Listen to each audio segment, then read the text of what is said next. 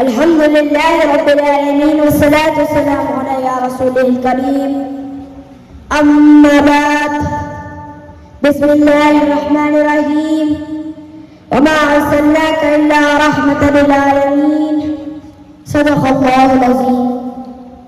بیدم یہی تو پانچ ہے مقصود کائنات، بیدم یہی تو پانچ ہے مقصود کائنات. خیر النساء حسین و حسن مصطفیٰ علی، خیر النساء حسین و حسن مصطفیٰ علی. اللہ کا بڑا شکر ہے کہ اس نے ہمیں جشن عید میلاد نبی منانے والوں میں پیدا فرمایا، کہ اس نے ہمیں جشن عید میلاد نبی منانے والوں میں پیدا فرمایا. آج ہم نے اس جلسے کو نہیں سجایا، اس گلیوں کو نہیں سجایا ہے، اس اسٹیج کو نہیں سجایا ہے، بلکہ اپنے مقدروں کو سجایا ہے، بلکہ اپنے مقدروں کو سجایا ہے. اور تاریخ گواہ ہے، اور تاریخ گواہ ہے کہ جب حضرت ابو طالب آئے اور آپ نے حضور کا ذکر کیا تو اللہ نے آپ کو خواجہ بطحہ بنا دیا. اور جب حضرت ابو بکر آئے اور آپ نے ذکر کیا تو اللہ نے آپ کو صدیق اکبر بنا دیا. اور جب حضرت عمر آئے اور جب آپ نے ذکر کیا تو اللہ نے آپ کو فاروق اعظم بنا دیا. اور جب حضرت عثمان آئے آپ نے ذکر کیا تو اللہ نے انہیں غنی بنا دیا. اور جب مولا علی آئے اور آپ نے ذکر کیا تو اللہ نے انہیں حیدر کرار.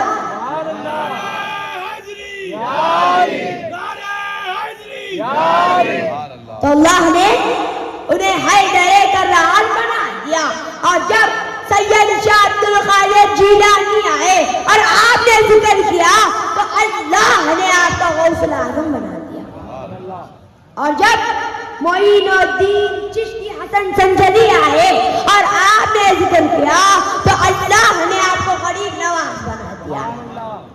اور جب سید شاہ عبداللطیف لاہوری آئے اور آپ نے ذکر کیا تو اللہ نے آپ کو سید الابدال بنا دیا. اللہ نے آپ کو سید الابدال بنا دیا. اللہ تعالیٰ قرآن شریف میں فرماتا ہے کہ وَرَفَعْنَا لَكَ ذِكْرَكَ وَرَفَعْنَا لَكَ ذِكْرَكَ. اے حبیب، ہم نے آپ کے ذکر کو زمین و آسمان میں بلند کر دیا. ہم نے آپ کے ذکر کو زمین و آسمان میں بلند کر دیا ہے.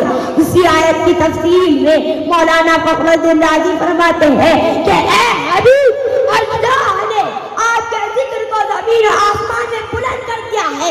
اب جب قیامت تک جو آپ کا ذکر کرے گا اللہ اس کا ذکر بلند فرما دے گا، اللہ اس کا ذکر بلند فرما دے گا.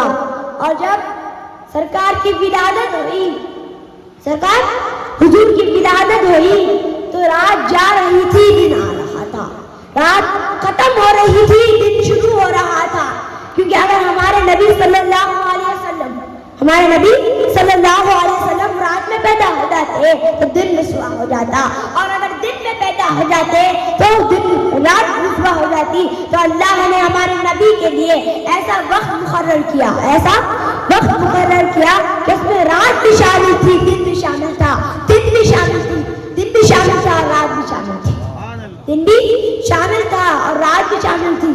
اور جب سرکار کی ولادت ہوئی تو اللہ تعالیٰ نے جبرائیل علیہ السلام سے کہا، جبرائیل جاؤ جنت سے فرشتوں کا لشکر لے جاؤ، جنت سے فرشتوں کا لشکر لے جاؤ. تو ہر 70,000 فرشتے کے پیچھے پھر 70,000 فرشتہ تھا، اور ہر فرشتے کے ہاتھ میں ہرا جھنڈا تھا. سب کہہ رہے تھے یا نبی سلام علیکہ، یا نبی سلام علیکہ، یا نبی سلام علیکہ.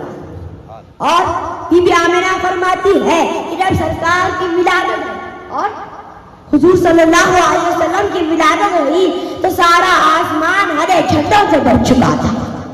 سارا آسمان ہرے جھنڈوں سے بھر چکا تھا. اس کے بعد جبرائیل علیہ السلام نے 3 بڑے ہرے جھنڈے لیے، ایک جھنڈا کعبے کی چھت پہ لگا دیا، ایک جھنڈا مغرب میں لگا دیا، ایک جھنڈا مشرق میں لگا دیا، ایک جھنڈا مشرق میں لگا دیا۔ اور جب ہمارے نبی صلی اللہ علیہ وسلم پیدا ہوئے اور سرکار کی ولادت ہوئی، سرکار کا سر سجدے میں تھا، سرکار کے ہوتے مبارک گر رہے تھے۔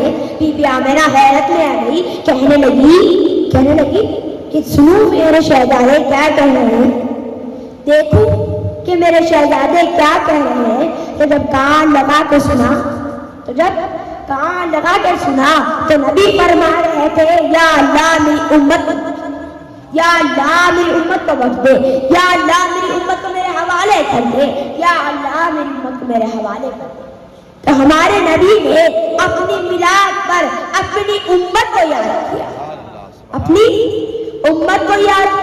تو امت نے بھی قسم کھا لی، یا رسول اللہ تا قیامت آپ کا میلاد نہیں، ہم تا قیامت آپ کا میلاد نہیں بولیں گے۔ اور ہم نے یہ ثابت بھی کر دیا، چاہے 2 بندیاں آؤ، چاہے نوٹ بندی آؤ، ہم نے ہر حال میں سرکار کا میلاد کیا، ہے۔ اور اللہ نے جب اپنی ذات کو منوایا تو کہا الحمدللہ رب العالمین، اور جب اپنے محبوب کی ذات کو منوایا تو کہا رحمت للعالمین۔ تو اللہ رب العالمین ہے، مصطفیٰ رحمت للعالمین ہے، اللہ رب العالمین ہے۔ تو مسلمانوں سے معلوم کیا ہوا، جہاں جہاں تک خدا وہاں تک مصطفیٰ، جہاں تک خدا، جہاں خدا نہیں وہاں مصطفیٰ نہیں، جہاں مصطفیٰ نہیں وہاں خدا نہیں، جہاں مصطفیٰ نہیں وہاں خدا نہیں۔ اور جب سرکار جہاں مصطفیٰ نہیں وہاں خدا کی رحمت، جہاں مصطفیٰ نہیں وہاں خدا کی رحمت نہیں۔ اور جب سرکار صلی اللہ علیہ وسلم کی ولادت ہوئی اور جب سرکار کے دادا حضرت عبدالمطلب کعبہ شریف کا طواف کر رہے تھے تو آپ نے دیکھا کہ کعبہ تھوڑا جھکا ہوا آیا۔ آپ کبھی ادھر سے دیکھتے ہیں، ادھر سے دیکھتے ہیں، جب غور سے دیکھا گیا تو کعبہ بی بی آمنہ کے گھر کی طرف جھکا ہوا تھا، تو آپ سمجھ گئے